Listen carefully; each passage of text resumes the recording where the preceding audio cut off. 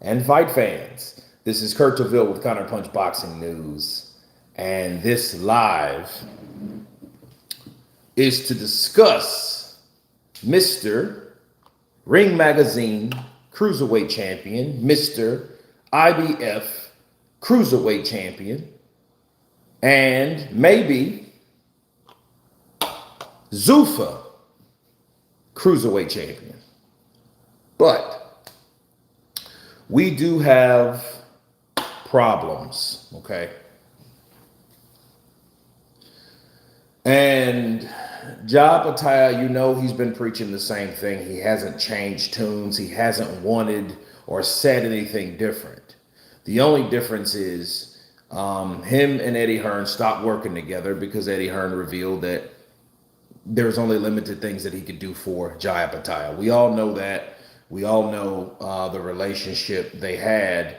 You know, it wasn't a bad one, but it wasn't like Eddie Hearn and Anthony Joshua or Eddie Hearn and Canelo, and even they were working together. It was nothing like that. Eddie Hearn attempted to get him fights, okay, because Zurdo Ramirez ducked or wanted to go another way, or however you want to quote that. He didn't get the fight that he wanted. There was another fight that he could have fought, I felt. Badu Jack. Badu Jack was recently defeated by Mickelson. Okay, remember him. Mickelson now holds the WBC Cruiserweight title. And that was something that I think was a bargaining chip upon Opetaia signing with Zuffa. Because remember when he signed with Zuffa, him and Mickelson had this face-off. If you can remember, they had this face-off, and it was just like, yo, this is the next fight, a unification upon him signing with Zuffa Boxing. This is the fight that's going to happen. Then all of a sudden, Clanton or Glanton is the guy that they chose, right? And I said, okay, not too big of a deal because, you know, Opetaia is just coming on American soil. He's just getting his feet wet. I don't believe he's ever fought in America. I think this is his first time fighting in America. So he has something to prove, and you want to have that premier showcase fight to present this fighter to a new audience, right? Well, now the weird thing is the IBF has taken a stance and said, hey, you either fight for the IBF belt or else. And we know what that or else means. That means he's either going to fight for the IBF and not the Zuffa, or they're going to strip him. Now, I've been trying to rack my brain on why they wouldn't want both, and it dawned on me. The reason why the IBF does not recognize Zuffa Boxing, because Zuffa Boxing has taken the stance of not recognizing other belts as well. So once a sanctioning body hears, yo, this new federation, you know, this new platform has declared, we don't recognize y'all as legitimate belt holders because we are here to break the will. We're here to eliminate all of you guys. Alex Max Power 18 counterpunch to you in the building. And what they did was they have taken a stance since Zuffa took a stance with Dana White. Dana White said it. We don't recognize any other belts. If we don't recognize any other belts, why in Hades would anybody sign with Dana White with Zuffa? And it's been a lot of people that signed with him. Oscar De La Hoya is suing his fighters if they're trying to go over there to Zuffa Boxing. Because they know that this money's lucrative. They know that, hey, we want to get paid because we know Turkey's over there. And if anybody has worked with Turkey before, they know Turkey brings that ching ching and they want some of it. They're prize fighters. That's what they supposed to. The only problem is if you are a belt holder with any sanctioning body, you would be foolish to go to Zuffa Boxing. That's just it. That is not the route you should take if you want to become undisputed, unified, or any type of belt holder on the IBF, the WBA, the WBO, or the WBC, or the IBO. They don't recognize any of that. They're like, hey, this is an independent fighting corporation that we box on, and we got our own stuff over here. So it's new, it's lucrative, and we want fighters. Why are you wearing front? Because I want to. So we are taking a stance and saying, yo, we don't identify with each other. We don't identify with each other. We don't have any of that at all, you know. And it's crazy because that's exactly what Jai Opetaia did. He was a Ring Magazine, or still is, Ring Magazine, IBF, Cruiserweight champion, signed with Zuffa Boxing. And I'm not sure if he understood exactly what he was getting himself into.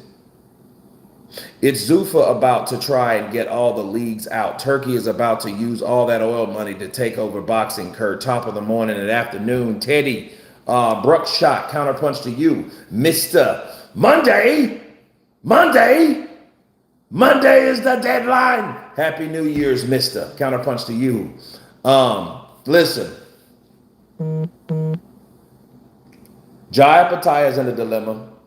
IBF, he's no different from any other those other fighters. They stripped Canelo.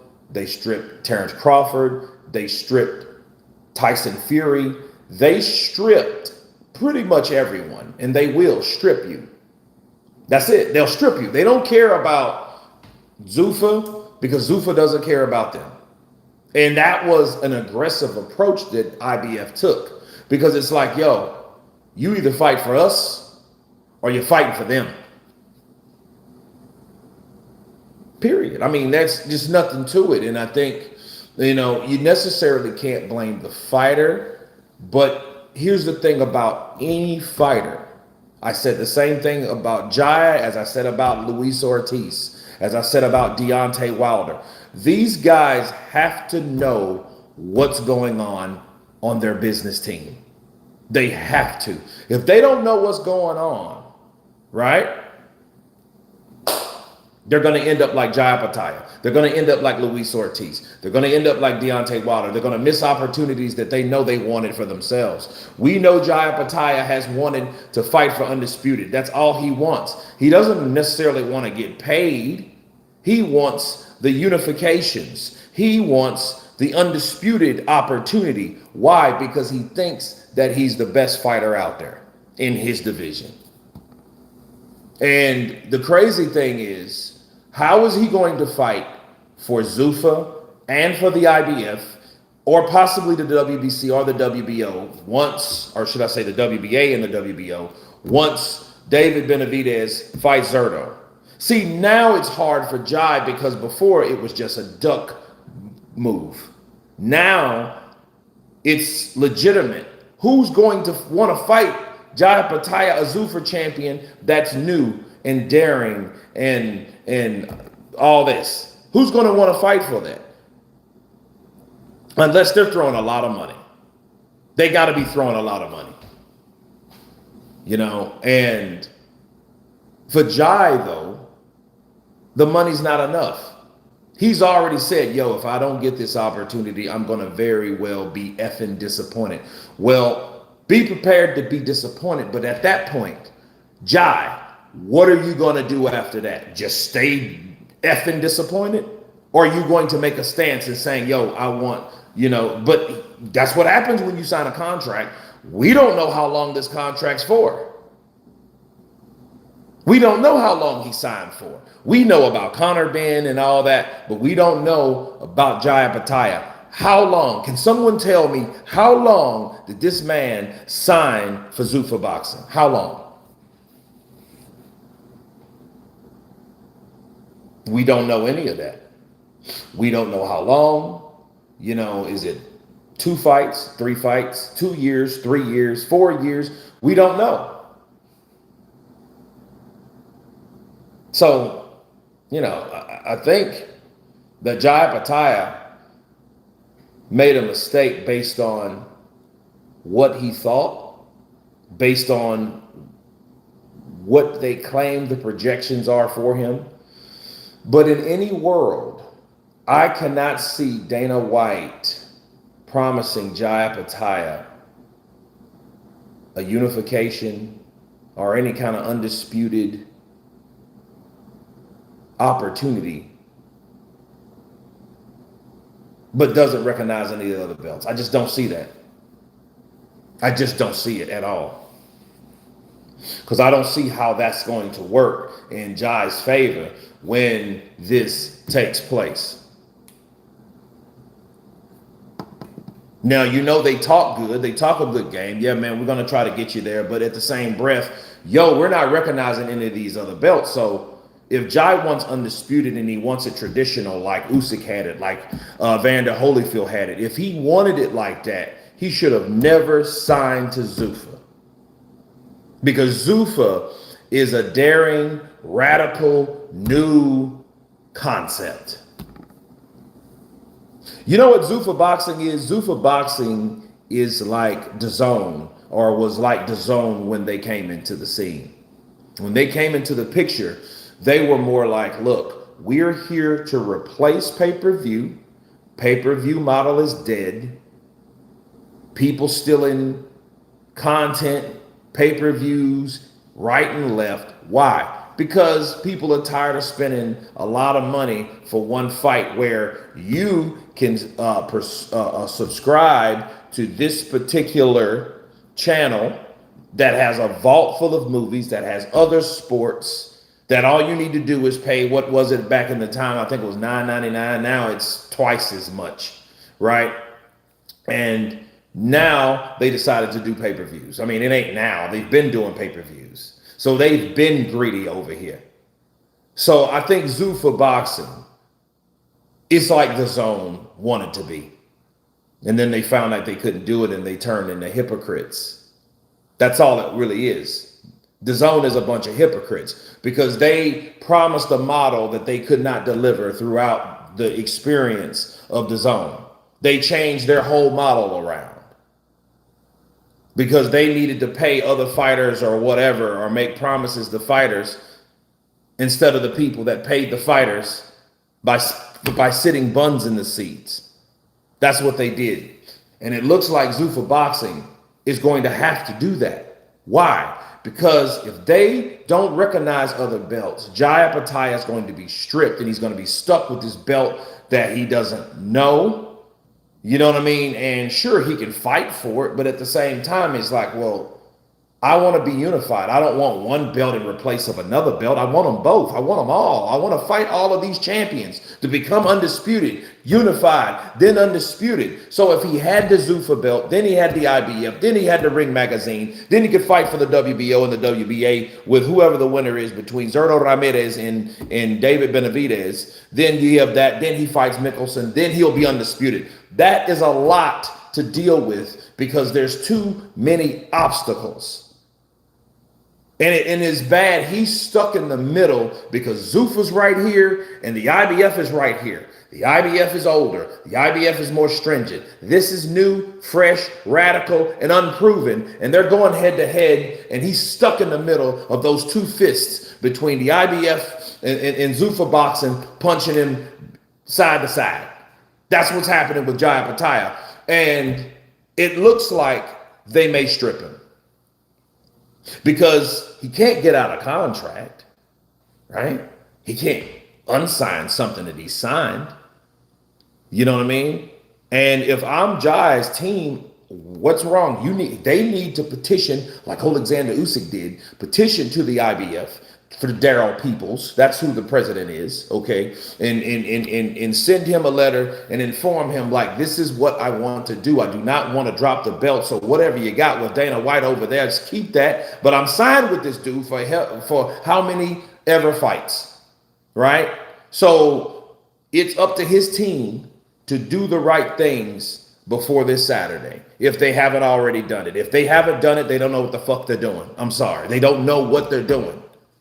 They're not, because what happened with Usyk? Before Usyk decided to drop the belt and give it to Danny Dubois, or the winner between Danny Dubois and Filip Hrgovic, he signed, or he sent a letter, a message to extend, to allow him to fight someone else, right? Because he had to fight Fury again, because he was still in contract with fighting Tyson Fury, because he beat Fury in 24, but he had to fight Fury again.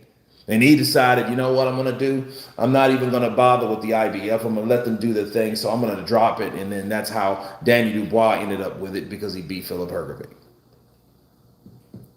But the point is, the steps that they took was to make sure, hey, this is what we're doing, IBF. Can we please have this, please, kind sanctioning body, sir? Can we have this time to fight this guy, because we signed a contract with this guy and we just can't get out of that like that? And I think Daryl Peoples, I think when you do that and you come to them respectfully, I think then that could help. That's the only thing that I can think of that Jai Opetaia could do. Not just be effing pissed. Everyone in Zuffa will eventually get stripped because it's a conflict of interest right now. Turkey is on the neoplane flex. Well, if you get stripped, you get stripped, man. But understand, they should have saw that coming, once that has. I mean, that's just common sense. You're the IBF champion. What are the IBF rules? You need to know the rules. You need to know what the IBF stance is on what? Fighting for something that's claiming that the IBF is nothing. So he may, he'll still have the Ring magazine, but I think he's going to have to replace the IBF belt with the Zuffa belt. Now, the question is, how many people are going to come to Zuffa? Not a lot, because everyone else is on the same old time, the same old thing, right?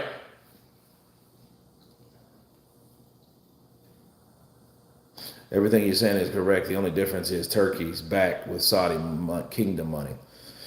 Well, I don't think that was a good idea to take the stance and team up with Dana White to get fighters stripped. But I'm going to tell you this. Zuffa is perfect for someone like Conor Benn. He's not a belt holder. He's not a champion. And since he's not a champion, they don't have to worry about other champion issues like that with these sanctioning bodies. They don't have to worry about that.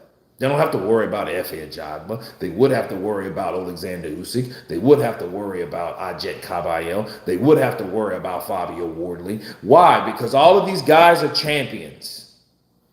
And to remain a champion, you have to obey by the sanctioning body's rules that deal with the championship stuff, right?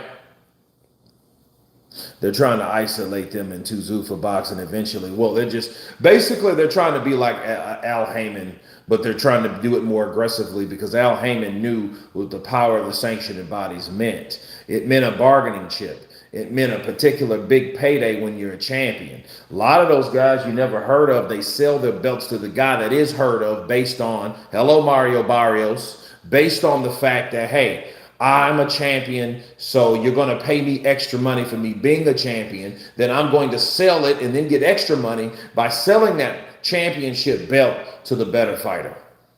Or the more known fighter, should I say, not the better fighter, the more well-known fighter, the Ryan Garcias of the world. That's what Mario Barrios did, in my opinion. I think he sold that belt. I think what he did was, I'm going to get paid. I have this short window of time to make this money. So be it. Didn't they sign Shakur? I'm not sure. I haven't heard of that. I haven't heard that they signed Shakur Stevenson. So, yeah, man. But Jai, I think, and the problem is with Jai, what do you guys think that's going through Jai Opetaia's mind right now? This belt I've been fighting my ass off to defend, and I want to add more to that, only to find out I'm going to lose that and probably can't even fight for other belts because Dana White, the guy he signed with, Zuffa Boxing, doesn't recognize any other belts. Quan Big Gun, salute, brother. Counterpunch to you. I predict Turkey and Dana White will pull Hearn and Warren out of business. Well, I think, first of all, you have to consider the sanctioning bodies. He's going after the sanctioning bodies first. He's not, you know what I mean? So he's trying to break that down first. Then probably will come the promoters. Because there would be no need for those promoters coming over to a platform that doesn't really want them around. What about Baby Miller?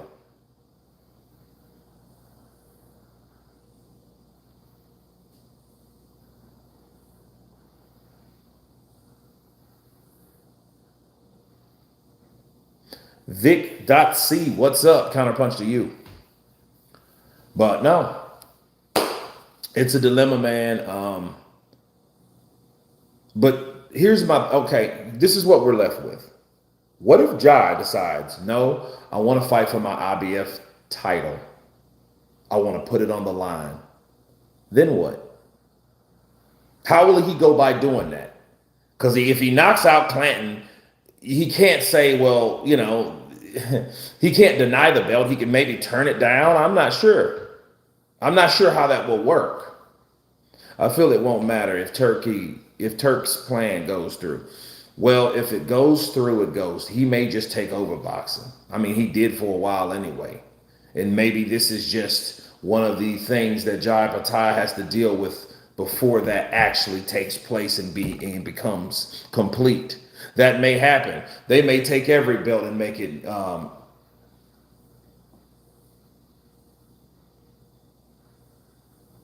non-powerful. Because I remember. No, man.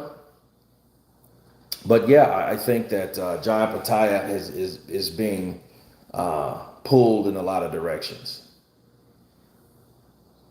So he said, but you got World War III to worry about. XK shots in the building. What's up, brother? Counterpunch to you. But no, man, I think Jai, man, he's in a difficult situation. I just finished the fight breakdown, so, we're going to talk about that. Alexander Usyk's looking a little smaller, Jai Opetaia will become undisputed. I'm just going to see how that happens. If Dana is in control of boxing, he will not let black compete same way in the UFC. Any Justin Bieber type can compete in UFC, but not black.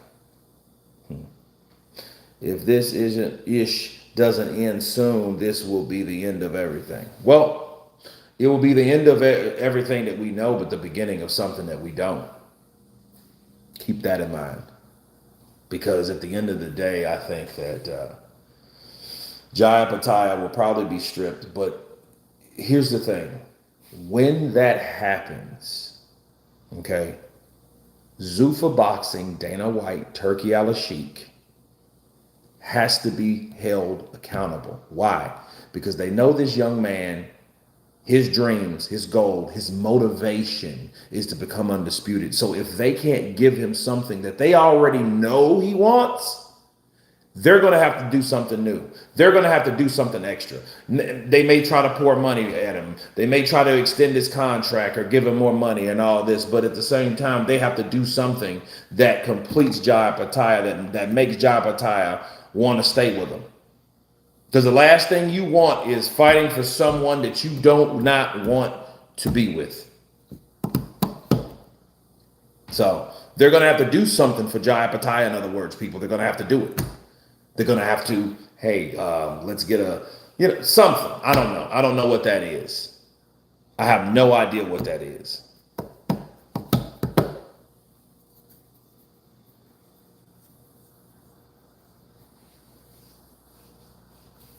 So, I mean, if he becomes undisputed, it would probably be because all the belts are gone anyway, and it's one champion, and that champion is the Zuffa champion. So it depends on how much does Jai Opetaia have faith into Zuffa boxing.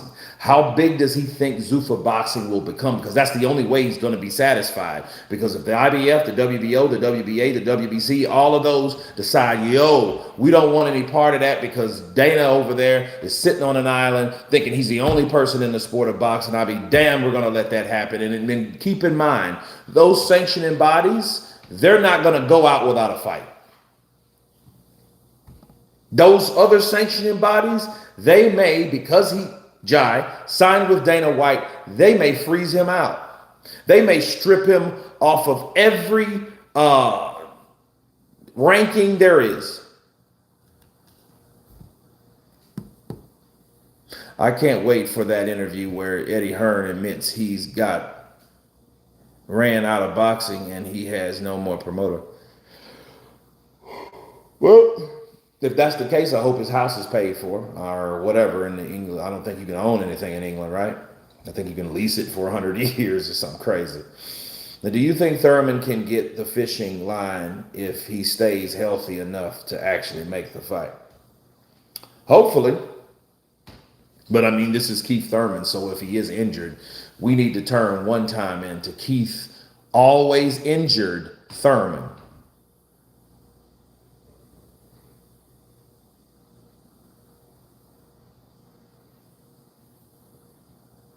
Yeah, money talks, but we'll see how loud that money talks. But yeah, man, I mean, this is what we have. Jai Opetaia, he's stuck in the middle between Zuffa and the IBF. So, yeah, man, you guys tell me what you think of that. I'm about to jump off of here. I have to do more video content. I will be live Saturday for Jai Opetaia versus Brandon Clanton.